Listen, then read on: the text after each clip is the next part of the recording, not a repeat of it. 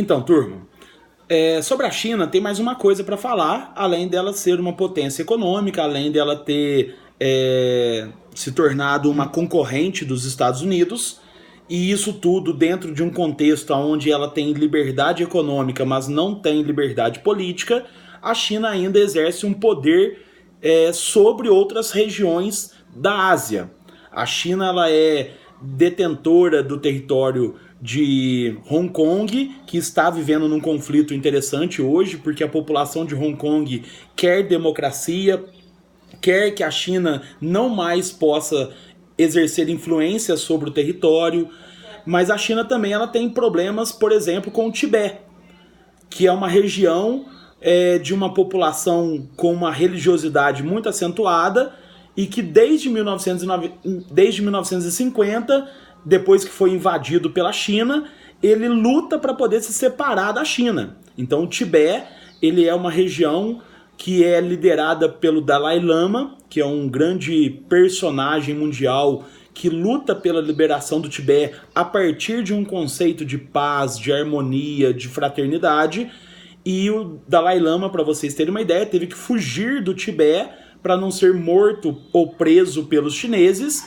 E hoje o Dalai Lama viaja o mundo todo levando a causa de liberdade do Tibete para várias partes do mundo. Além do Tibete, nós temos uma província chamada Xinjiang, que é uma província na China de grande desenvolvimento tecnológico, industrial, que também não aceita, também não quer continuar parte da China. Eles têm uma cultura religiosa muçulmana e por conta dessa diferença com a grande maioria do povo chinês, eles gostariam de se separar da China. Só que ali em Xinjiang existe um grande problema porque é uma das províncias mais desenvolvidas economicamente do país China. Então a China, ela de forma alguma quer abrir mão desse território de Xinjiang para poder perder uma fatia gorda da sua economia.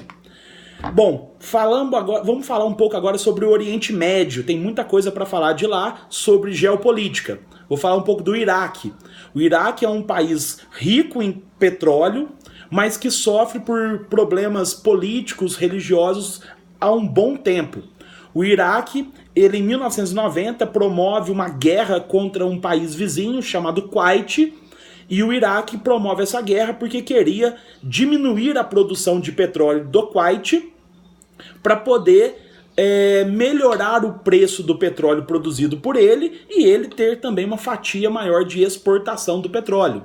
O problema é que os Estados Unidos não gostou da ideia. E os Estados Unidos acaba se juntando, se aproximando do Kuwait para combater o Iraque. E destruiu praticamente o Iraque.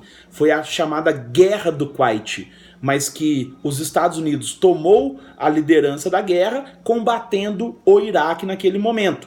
Depois aconteceu no atentado de 11 de setembro de 2001, quando os Estados Unidos foi atacado por Osama Bin Laden, derrubando as Torres Gêmeas em Nova York, jogando um avião sobre o Pentágono em Washington. E aquele momento fez com que os Estados Unidos começassem uma guerra ao terror. Só que os Estados Unidos não caçava apenas o terror. Ele caçava também aproveitar a ocasião para dominar territórios de grande interesse econômico. Por exemplo, o Iraque.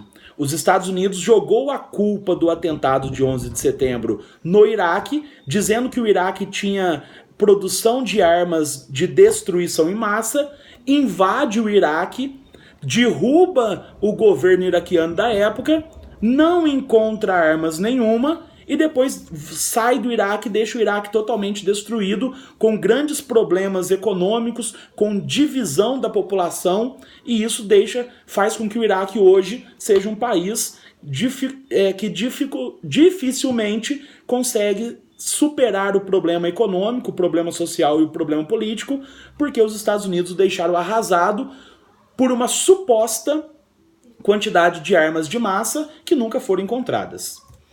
Além do Iraque, no Oriente Médio, nós temos um outro problemão, aqui sim um problemão, que é o Irã, porque o Irã Ele também tem uma importância econômica no mundo, devido a ser o quarto maior produtor de petróleo no mundo. É um dos maiores países em termos territoriais e de população do mundo. O Irã, em 1979, faz uma revolução religiosa, implantando um governo que se mistura política e religião. E esse governo faz com que o Irã se posicione de uma forma bem diferente dos demais países ocidentais, inclusive o Irã condenando as culturas ocidentais em alguns momentos. O Irã, em 2003, resolve retomar um programa nuclear com duas versões. A versão iraniana, que diz que o programa nuclear busca apenas produzir energia nuclear.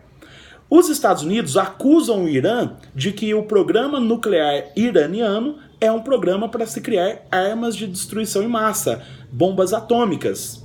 E isso faz com que o Irã esteja contrariando o Tratado de Não Proliferação de Armas Nucleares, que foi assinado por mais de 190 países do mundo em 1970. Então, o Irã, criando armas nucleares, estaria descumprindo esse acordo mundial. Os Estados Unidos de Barack Obama, junto com o líder iraniano Hassan Rouhani, tentaram fazer acordos para diminuir essa tensão da questão nuclear. O Irã aceitou suspender o programa nuclear em troca de benefícios econômicos. E os Estados Unidos, assim, tirou algumas sanções econômicas do Irã naquele momento. Mas com a chegada de Donald Trump, e o Donald Trump sendo muito radical nas negociações políticas e geopolíticas, houve um retrocesso. E o Irã hoje retoma esse programa nuclear e põe em risco toda a paz naquela região do Oriente Médio. Além do Irã, do Iraque, nós vamos ter também o Afeganistão, que é uma região perigosa no sentido de receber candidatos a terroristas do mundo todo. É lá que surge a célula terrorista chamada Al-Qaeda, que foi financiada e liderada durante muitos anos pelo terrorista Osama Bin Laden, que foi o organizador do atentado nos Estados Unidos em 2001, e que o Paquistão hoje é um grande concorrente do Afeganistão entre os países que recebem o maior número de terroristas do mundo. Os Estados Unidos, na guerra ao terror, invade tanto o Afeganistão quanto o Paquistão e ali caçam terroristas já há alguns anos.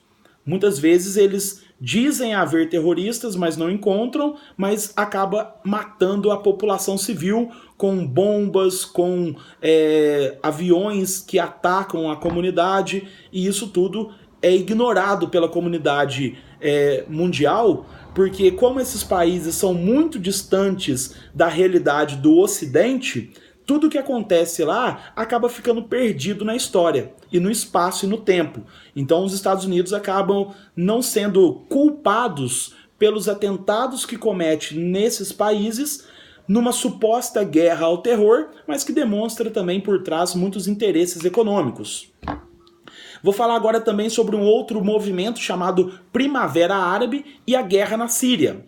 A Primavera Árabe, como vocês estudaram no ano passado, foi um grande movimento iniciado no norte da África que buscava derrubar ditaduras e implantar democracia em países que estavam sofrendo por essas ditaduras. Então começa lá na Tunísia em 2011, no norte da África, mas depois chega ao continente asiático, principalmente no Oriente Médio, e derruba, ou pelo menos tenta derrubar, governos ditadores no Oriente Médio.